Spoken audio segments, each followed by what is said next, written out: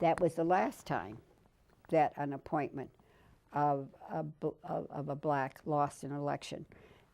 One of his great appointments, of course, was Wade McCree. Wade McCree, who went on to be a member of the Circuit Bench, Solicitor General of the United States of America, one of the great Americans. He probably got on the U.S. Supreme Court if we'd had a Democratic president that time. Yes, I don't think there's any question about that. All right, now, then you were very active in the National Democratic Party. I know you were committee woman for many, many years. Do you want to tell us about what your role was there?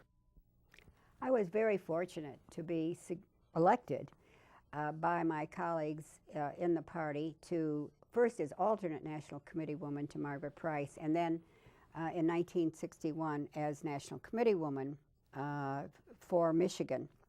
And then I was extraordinarily unfortunate, and I was nominated by Neil Stabler, as a matter of fact, to be named to the executive committee of the DNC representing the Midwest states.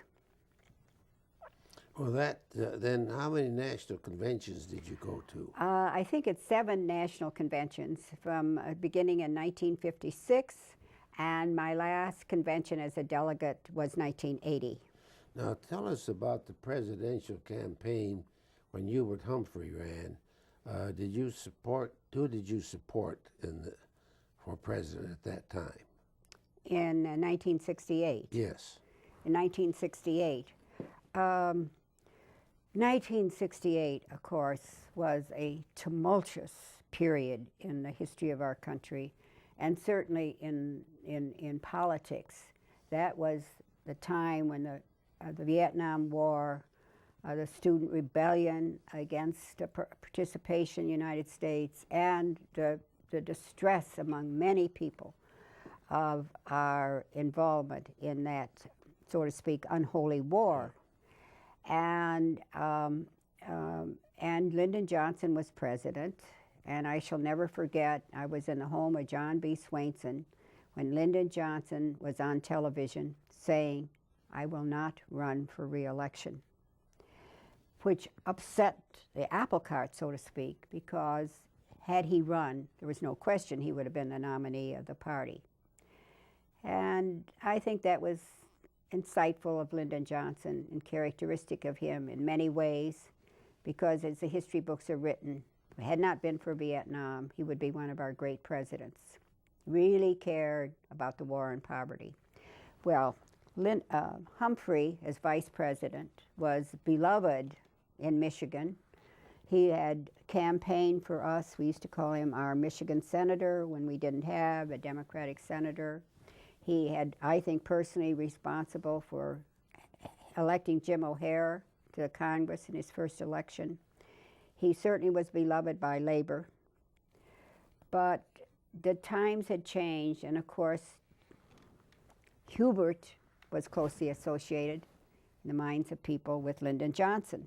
And that was this Vietnam syndrome, anti-Vietnam War syndrome.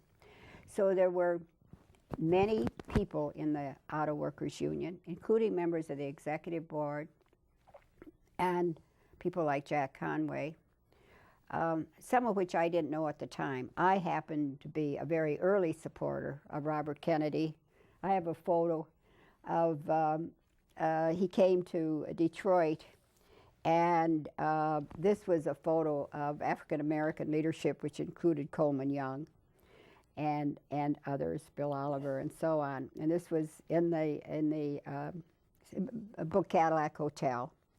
And we had a photographer there. And I remember somebody said, "Well, come on, you get in the picture." And I said no. And I'm glad I said no, because it's a wonderful photo. But as they were taking the photo, somebody said to Kennedy, "Well, who's supporting you in Michigan?" And this was, of course, the photo, of course, was with Bobby. It's so typical of Bobby. He just sort of shrugged his shoulders and he pointed to me. Well, he came to Michigan, and one of his trips was to Grand Rapids, and was Lansing, Grand Rapids, and Kalamazoo.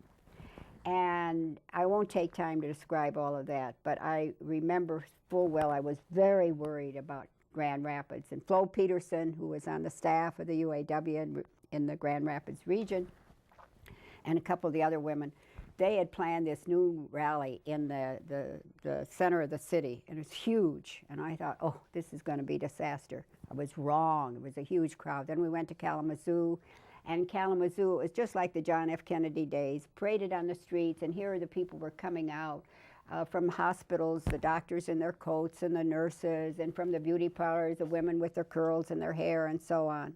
I went in the next morning to report to Walter, objectively, just told him what had happened. In Lansing was a small thing. I think it was a luncheon. In Lansing, Grand Rapids, and Kalamazoo. And again, Walter didn't say a word to me, not a word. I just wanted him to know, which was my responsibility. Yeah.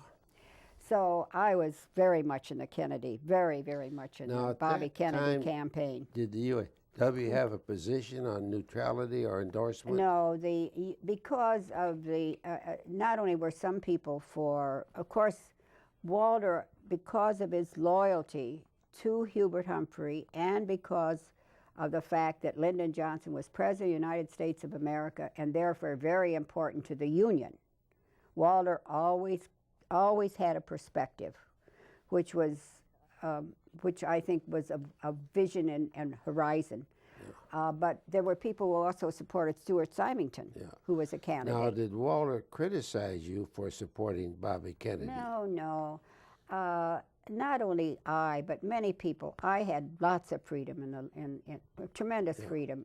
It was one of the blessings of working with the UAW, but others did too. He respected people. And when he saw, and I think it was Leonard Woodcock who probably put the motion on the floor on the executive board after he listened to the discussion that took place at that board meeting. Leonard always was a great listener. He knew how, after he heard what people were thinking and how they were saying it, he could put forward a statement which brought everybody together rather than leaving people fractured. So the position was neutrality, which meant that you could support any candidate you wished. I want to move on. Yeah. I wish we had days to do okay. this. Now, your work, particularly with women, I know you were very active in some of the women's organizations. Could you just touch on the high points there? Well, people often ask me when I became a feminist, and I never can answer that question because all I can remember all my life was that I thought women had to protect their own interests and fight for them, whether it was with my brother or whoever. I was a founding member of the National Women's Political Caucus and later its president. The Women's Political Caucus, which of course fit right into my belief in the electoral process as change, methodology, and so on. The National Women's Political Caucus was dedicated to the election of progressive women to public office at every level, as we used to say, from the White House to the courthouse.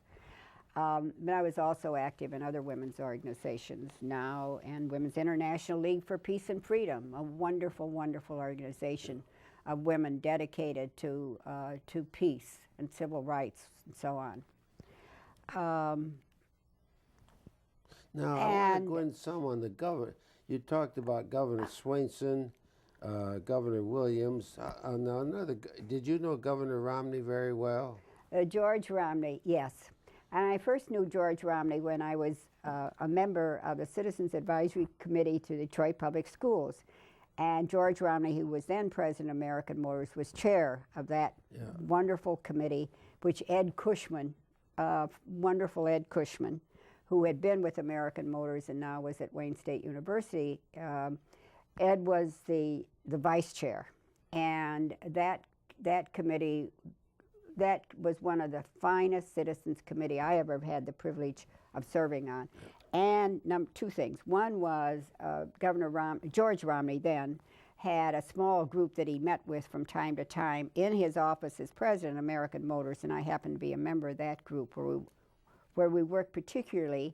Some of us were very concerned about separation of state and church because of George Romney's great faith in Latter-day Saints, but where we also, that's one thing I want to point out about that. The second thing is, I said this was one of the finest citizens committee I've ever served on, was that when we completed the report, it was not to be put in mothballs.